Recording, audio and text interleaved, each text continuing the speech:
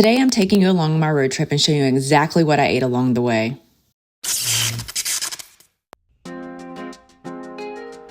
I'll compare it to some common road trip foods so you can decide what makes sense for you.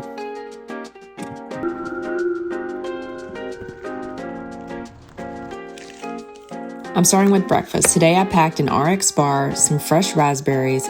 I'll pick up some black coffee along the way and add some collagen to it that I brought with me. All of that took less than a minute to throw together before I left, and I didn't have to think about breakfast once I got on the road. And here we can see a comparison between what I did bring with me versus what I would consider one of the healthier choices along the road. And you're not going through a major metropolitan area, so really your only options are drive-thru. So here you can see what I packed has less calories, more protein, more fiber, and I know what I'm getting into from an unsaturated fat situation. Next, let's look at the ingredients though. That was interesting.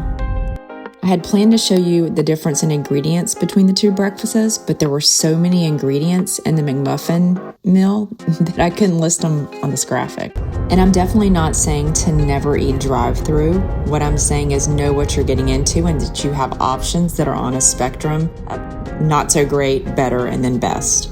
For lunch, I kept it simple. 2 slices of Dave's Killer Good Seed thin sliced bread and almond butter and a crisp apple. If I hadn't packed lunch, I probably would have stopped at a Panera if one was available. So that's what I've included in the comparison that we'll take a look at now. My packed lunch is definitely winning from a calories perspective. It also has twice the amount of fiber, and I know what the unsaturated fat count is. Interestingly enough, you do win on the protein count if you were to go with the Panera option. There was no Panera around lunchtime today though, so I'm glad I packed my sandwich.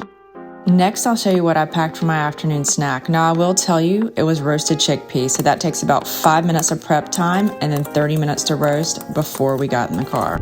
I absolutely love roasted chickpeas. They're crunchy, they travel really well, and they're one of my favorite road trip snacks. So let's compare that to something that you could pick up along the way, such as Smartfood White Cheddar Popcorn.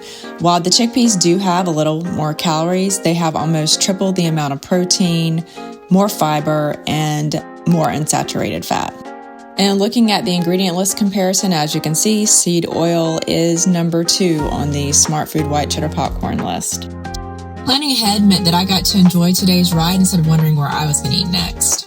And before you go, what do you usually pack for a road trip? I'd love to hear that in the comments. And if you want to try the RXBARs I packed, I'll link those in this description below.